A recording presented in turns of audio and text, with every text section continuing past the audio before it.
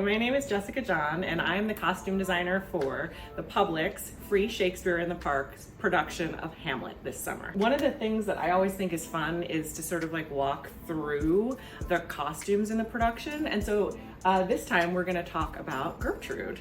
Outdoor theater is always really interesting to work on because there are some key things that you need to think about when designing for a production that is outside. For instance, today, it's like 10,000 degrees outside.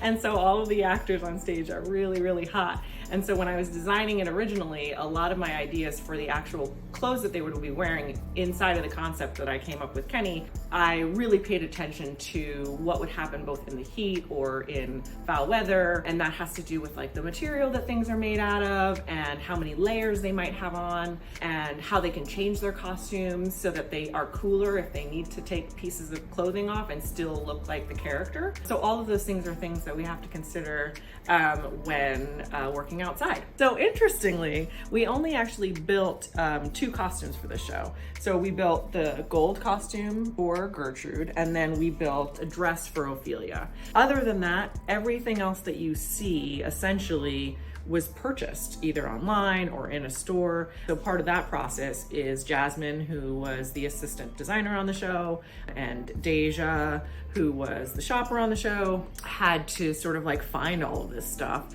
after looking at all of my sketches. When I was sort of collaborating with Kenny Leon, who's the director for this show, as he was talking to me about his ideas for the piece and the story, it was really important to him that there were parts of the aesthetic that kind of referenced William Shakespeare's time period. That plus the fact that he was really interested in utilizing music in the storytelling together sort of like propelled me into this world of what I call hip hop royalty and the idea of sort of like the music and culture and fashion of the diaspora, of the Black and African diaspora. And so much of that high fashion aesthetic of the diaspora references royalty, whether or not it's the royalty of the continent or European royalty, but there is sort of like this natural connection between what I was seeing sort of on like fashion runways and on models and with designers, and the connection that I was already trying to make between sort of Elizabethan royalty and the Elizabethan court and theater and sort of like our modern contemporary fashion aesthetics. These are actually her sketches. This is different than I usually work. I usually sketch by hand, but for this particular project that I thought would be interesting is because we were working with modern contemporary clothes for the most part and contemporary fashion ideas, I thought it would be interesting to, instead of doing hand-drawn sketches, to actually do it digitally. So what I was doing is I was collecting and collaging images I found that I really was responding positively to, and then sort of like putting them together in the format that you see here.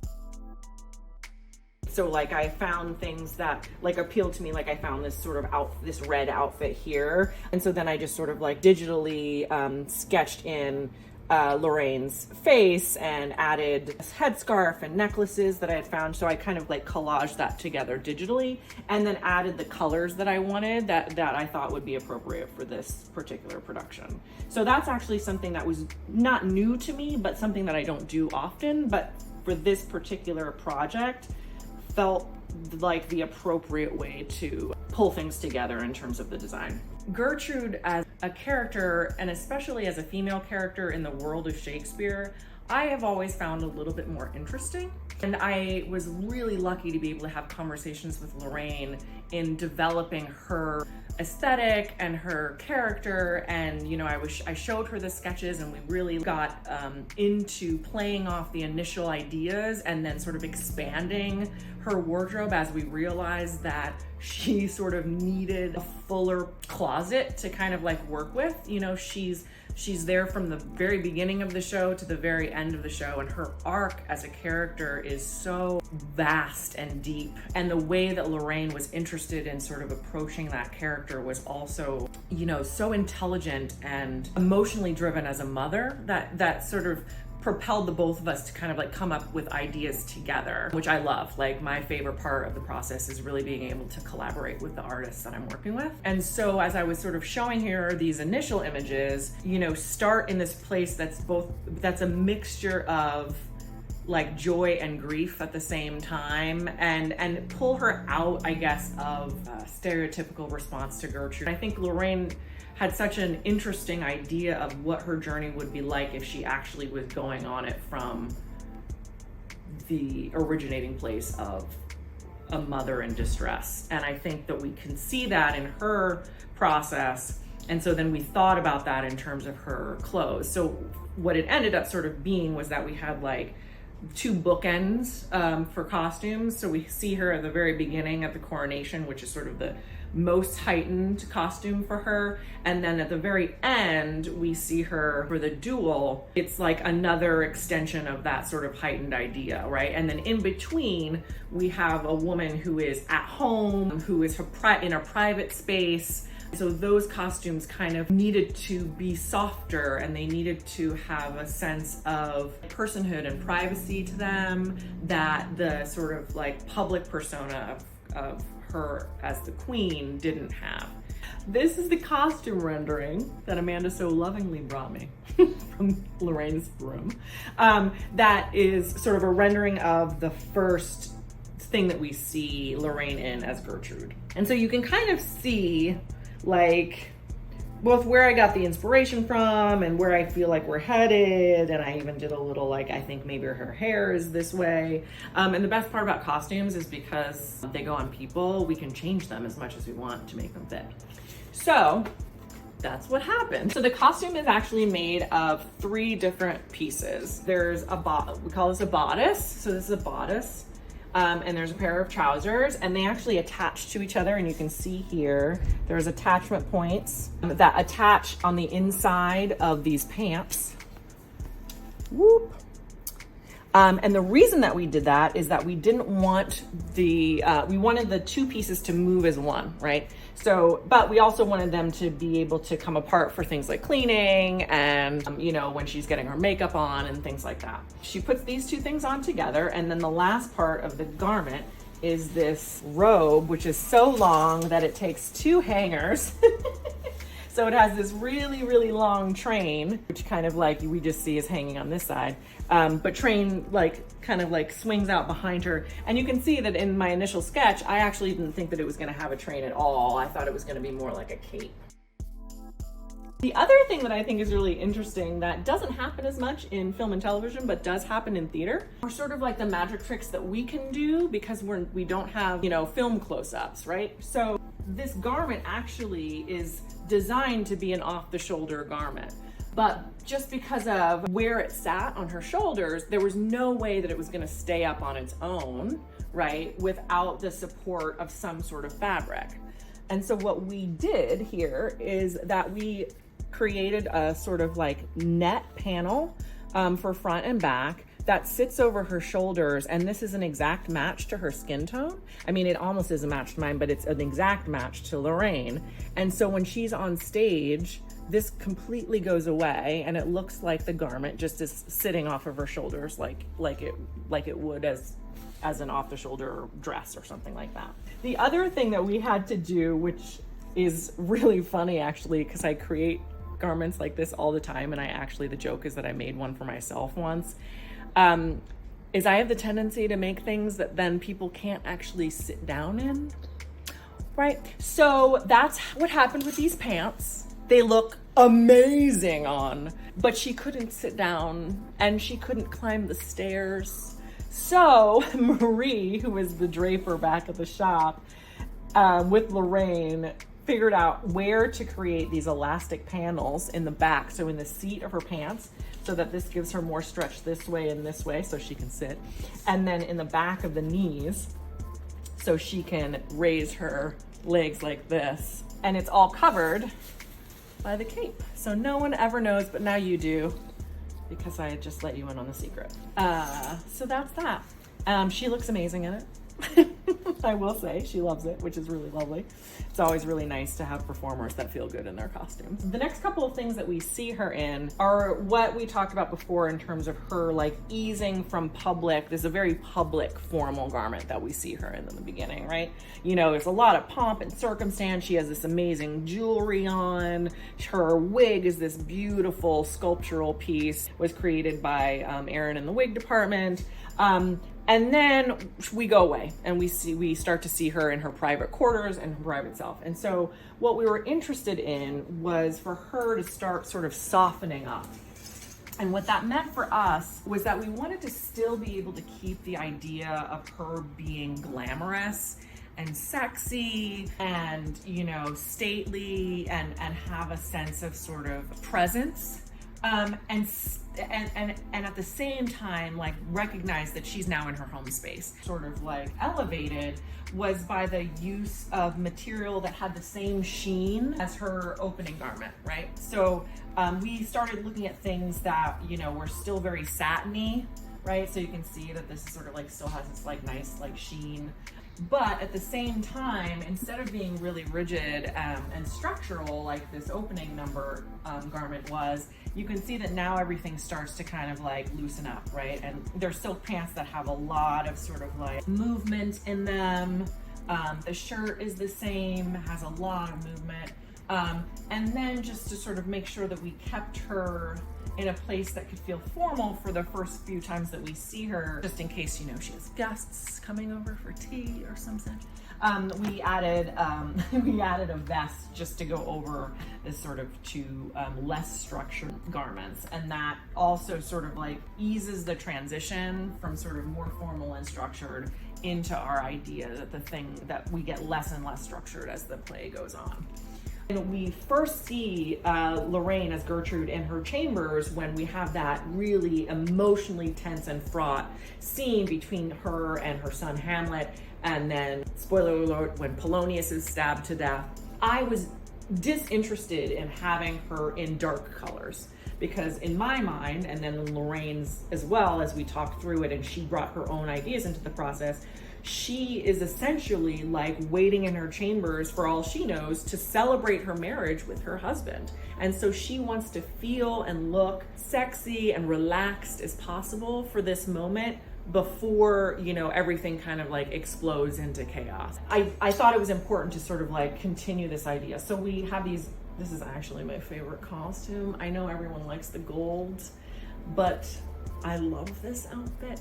I only wear black, but if I didn't, I would wear this outfit. It is so, I love this outfit. We have this really casual and relaxed outfit, right? You know, it's kind of like a pajama set, matching pajama set with this beautiful camisole underneath. She wears this shirt open, so everything is flowing. It's beautiful, actually, when we first started rehearsing, before, you know, it got too hot outside and there was still wind, because all of her clothes would move in the wind, and it just was that much more sort of like enticing as fabric for me. This moment, the sort of like the death of Polonius, I think for us was the first time that we see her process this sort of situation at large and how weighted things have become in her house, right?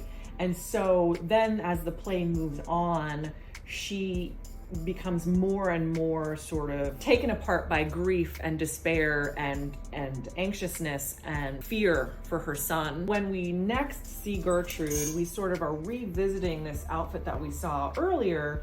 We see sort of like her at her most vulnerable. It's the scene between her and Ophelia when we first see Ophelia going mad.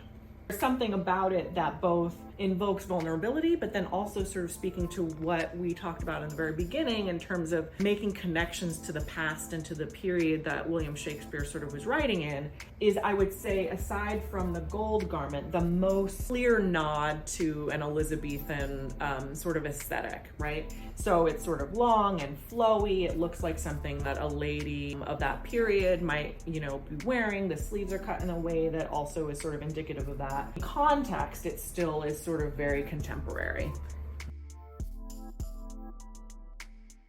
In theater, especially if you're doing an 8-show a week, you want to make sure that you have doubles or triples of all of these, both for two reasons. One is for laundering, right, Amanda? Amanda are wonderful. But the other reason is for wear and tear, which we do know a lot about on this show. The set is lovely. Thank you, Beowulf. But the deck, because it is an outdoor theater and they have to be safe when it rains, is really, really, really, really rough on the clothes, right? So anytime anybody goes down to their knees or falls on the floor, which happens a lot in Hamlet, the clothes get scuffed up, which is just what happens. So the other reason that we actually have triples, I think, for some things on this show. We now even have 4, is because you can actually see, and actually you can look at this because it's a good example. So you can see that even though she's only wearing this for 2 hours, you can kind of see the wear and tear. I don't know if you can see that. Yeah, the white is showing through on the red. Yeah. And she only wears this for 20 minutes. Her last change, which is this red garment, which you can see we didn't actually alter too much from the original sketch. So it's a shirt and a pair of trousers that are very similar to the pants that we saw before, right? They're wide-legged and they're sort of shiny and slippy and flowy. We did a little bit of alteration on the shirt, and we do that a lot too. So we added length to the shirt, right? You can see we added length here and here because there's going to be a belt that goes over. We added length to the cuffs because they were short and stimpy and we didn't like that. And then we sort of recut the collar, right, into the shape. And then you can see here, boop, boop, and boop, boop, are closures because there's a belt that goes over the whole garment, which is here. And then you can see on the inside of the belt where the closures would be, right? So you can see all these closures are where they would attach to the shirt to keep it from moving up and down. And it was actually really important with this particular belt because, again, this is also very slidey material. And so yet another reason to rig things. The other cool thing that we have that's a part of this particular costume is the gele, which is a headscarf that she wears with this. We actually wanted it to be pretty soft and cushiony because she ends up falling down to the ground in it and using this lovely little rosette as a pillow. And traditionally a gele, which is a Nigerian head wrap, would be put on every time, right? But it takes a really long time to wrap a gele. And they're also actually wrapped pretty tightly around your head because that's how they stay on. And so we worked with a milliner to create a headscarf that could come on and off easily. So what she did, so you can see on the inside, Janet, who is the milliner, right? She created this head wrap on a base of horsehair, which is what you see in here, right? And the reason that she used this horsehair is because, again, we talked about heat. So it's going to be cooler if you make it out of horsehair because it's breathable. You can see it's a net. And the other thing is that it's relatively light, right? You know, you don't want anything too heavy on a performer's head because then that's uncomfortable for them and they won't be able to do their job very well. So this is actually really nice and light for something that has this much fabric on it. It's also really breathable. There's also points in here where you can see get attached into her wig prep. A wig prep is how you set your hair that then your wig would go on top of. And so instead of having a wig on top, when she wears this, she just wears the scarf with the wig prep itself. The other thing that they did is that they created it so that it opens in the back so that she can slide it on her head. And then they pull it to the position and then they close it like that. And actually, the fun thing about this is it's actually 2 necklaces, maybe 3 put together.